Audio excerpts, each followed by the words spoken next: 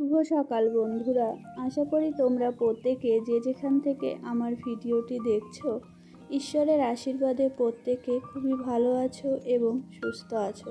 আমিও বেশ আছি। উদিতার হ্যাপি ফ্যামিলিতে আরও একটি নতুন ভিডিওর সাথে আমার সকল বন্ধুদের অনেক অনেক ভালোবাসা ও ওয়েলকাম জানিয়ে আমি আরও একটি নতুন ভিডিও শুরু করছি। এখন সময় সকাল 10টা। গাছে না ফুল ফুটেছে, ফুলগুলোকে দেখতে কতটা সুন্দর লাগছে, আর কালারটা কিন্তু খুব মিষ্টি একটি কালার। এখানে আমি নিয়ে নিয়েছি একটা বড় গামলা, আর গামলার মধ্যে একটা বেড কভার নিয়ে নিয়েছি। আজ আমি তোমাদের সঙ্গে সম্পূর্ণ অন্যরকম একটি ভিডিও শেয়ার করব। তোমরা ভিডিওটি দেখতে থাকো, আশা করি আজকের ভিডিওটি তোমাদের খুব ভালো লাগবে। গামলা ভর্তি করে আমি আমার কিছু শাড়ি নিয়ে চলে এসেছি ছাদে এসেছি তার কারণ এই যে শাড়িগুলোকে রোদ দেব। বাংলায় যেহেতু ভাদ্র মাস চলছে, ভাদ্র মাসে আমি ছোটোবেলা থেকেই দেখে আসছি মাকে ঘরের সমস্ত জিনিসপত্র রোদে দিত, এমনকি ঘরে যে বাসনপত্রগুলো রয়েছে সেইগুলোও। সেই নিয়ম অনুযায়ী আমিও আমার শাড়িগুলোকে না প্রত্যেক বছরই না রোদ দেই। তবে এবছর যেহেতু আমি ভিডিও করছি তাই ভাবলাম তোমাদের সঙ্গেও শেয়ার করি। অনেকে হয়তো বা ভাবতে পারে শাড়ি রোদে দিচ্ছে, তার আবার দেখানোর কি আছে। আসলে আমি যেহেতু আমার ডেলি ব্লগ শেয়ার করি, এটাও তো আমার সারাদিনের কাজের মধ্যেই পড়ছে। আর এই যে জামা কাপড়গুলো রোদ দিয়েছিলাম, এটা নিয়েই কিন্তু আমার সারাটা দিন কেটে গেছিলো। এই জামা কাপড় রোদে দেওয়া, সেটাকে ঘরে নিয়ে রাখা, আবার ঠান্ডা করা, মানে এই গরম কাপড় তো আবার আলমারিতে ঢুকিয়ে রাখা যাবে না, সেটাকে ঠান্ডা করে আবার একটা একটা করে ভাঁজ করে গুছিয়ে রাখা, এতে কিন্তু আমার সারাটা দিনই লেগে গেছিলো।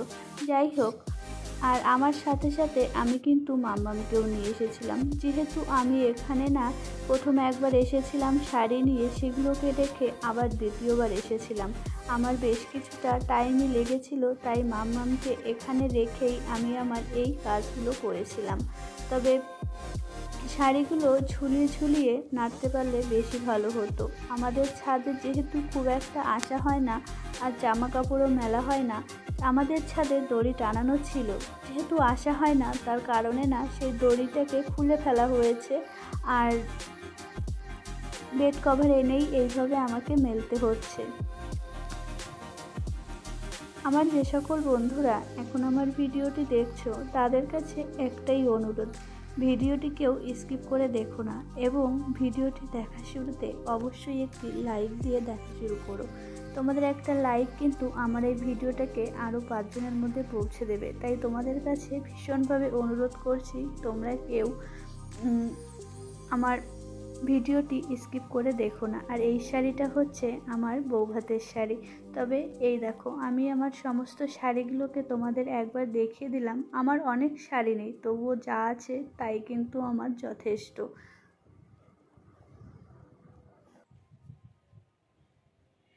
এই যে আমি আর মাম্মা বসে রয়েছি ছাদে। ছাদে খুব একটা গরম নেই, খুব রোদ্দুর হলেও আসলে খুব হাওয়া আছে। শাড়িগুলোকে একটু উল্টে দিয়ে এসেছি, যেহেতু নতুন শাড়ি বেশিক্ষণ রোদে রাখা যাবে না। এইগুলোকে এখন আমি তুলে নিয়ে আবার ঘরে রেখে আসবো। ঘর থেকে আরও যে শাড়িগুলো রয়েছে সেইগুলোই নিয়ে আসবো। মাম্মামকে এখানেই রেখে যাব, ফোন দিয়ে বসিয়ে। মাম্মাম ফোন দেখবে, তাই তো শোনা? হাই করে দাও আন্টিদের, তাকাও।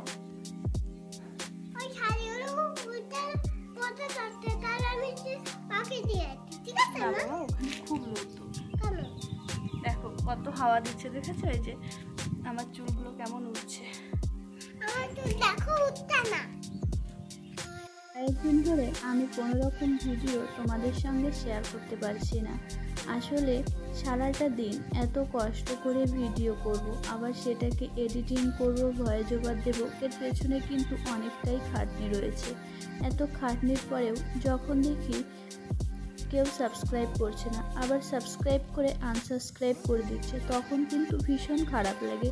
কারা যে এমনটা করে আমি ঠিক বুঝি না। তবে অনেকে আনসাবস্ক্রাইব করলে সেটা কিন্তু নোটিফিকেশান আমাদের ফোনে চলে আসে, মানে আমার ফোনে চলে আসে। আমি চাইলেই তার সেই নোটিফিকেশান অনুযায়ী তার চ্যানেলে গিয়েও তার চ্যানেলটিকে আনসাবস্ক্রাইব করে দিতে পারি, কিন্তু তেমনটা আমি করি না। আমার যে কষ্ট হয় নিশ্চয়ই তারও কষ্ট হয়, সেটা ভেবেই আমি করি না। তবে এই জিনিসটা যারা করে তাদের কাছে একটাই অনুরোধ করব, তোমাদের যদি ভালো না লাগে আমার ভিডিও দেখো না, আর আমার চ্যানেলটাকে সাবস্ক্রাইবও করো না। কিন্তু চ্যানেলটাকে সাবস্ক্রাইব করে এরকম আনসাবস্ক্রাইব করে দিলে না খুব খারাপ লাগে। যার ভালো লাগবে সে আমার ভিডিও দেখবে, তোমার ভালো নাই লাগতে পারে আমাকে। একটা মানুষ তো প্রত্যেকের কাছে ভালো হতে পারে না, আর ভালো হতেও চাই না। যার কাছে আমি ভালো আছি সেই আমাকে ভালোবাসা দিলে আমি সফলতা না হয় নাই পাবো, কিন্তু স্মৃতি হিসাবে না হয় আমার ভিডিওগুলো থেকে যাবে। যাই হোক, তোমাদের অনেক কিছু বলে ফেললাম, তবে যারা আমার ভালোবাসার মানুষ রয়েছে তারা নিশ্চয়ই এরকমটা করো না। আর তাদেরও আমি বলিনি, তারা ঠিকই বুঝতে পেরে গেছো। এই যে আমি কিন্তু সমস্ত শাড়িগুলো এনে খাটের উপর মেলে দিয়েছি, আর পাখাটাও চালিয়ে দিয়েছি। ঠান্ডা হয়ে গেলে একে একে আমি আমার এই সমস্ত শাড়িগুলো আলমারিতে গুছিয়ে রাখবো। এই যে আমি আলমারিতে শাড়িগুলো এইভাবেই গুছিয়ে রেখেছি, তবে গোছানোটা তোমাদের সঙ্গে শেয়ার করিনি। কিভাবে গুছিয়ে রেখেছি চলো সেটাই তোমাদের সঙ্গে শেয়ার করি। এখানে কিছু শাড়ি রেখেছি, আর এখানেও কিছু শাড়ি রেখেছি, সাথে আবার মাম্মামের জামাগুলো না হ্যাঙ্গারেই ঝুলিয়ে রেখেছি।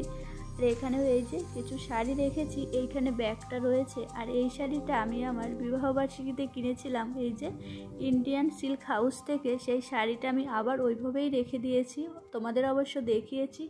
এখানে কিছু মাম্মামের পাপার ব্লেজার, আর এখানে আমার একটা মানে গোল্ডের বাস্ক রয়েছে, তবে ওটা ফাঁকা রয়েছে, ওটাতে কিছু নেই, তাই তোমাদের বলে দিলাম। আর এখানে মাম্মামের সমস্ত জামা কাপড়গুলো রেখে দিয়েছি। আমার ভিডিওটি তোমাদের কেমন লাগলো অবশ্যই একটি কমেন্ট করে জানিও। দেখা হচ্ছে আগামীকাল আরও একটি সুন্দর ভিডিওর সাথে। ততক্ষণ পর্যন্ত তোমরা ভালো থেকো, সুস্থ থেকো, সাবধানে থেকো।